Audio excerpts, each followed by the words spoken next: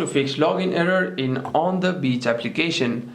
First, if you're having any kinds of problem with the application or with the website, make sure that your device is connected to a secure network. Swipe down on the control center and turn on your Wi-Fi or cellular data.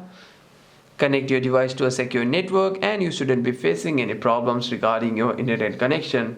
And about the login problem, you can simply go to your settings and you want to scroll down and click on General. Click on iPhone Storage.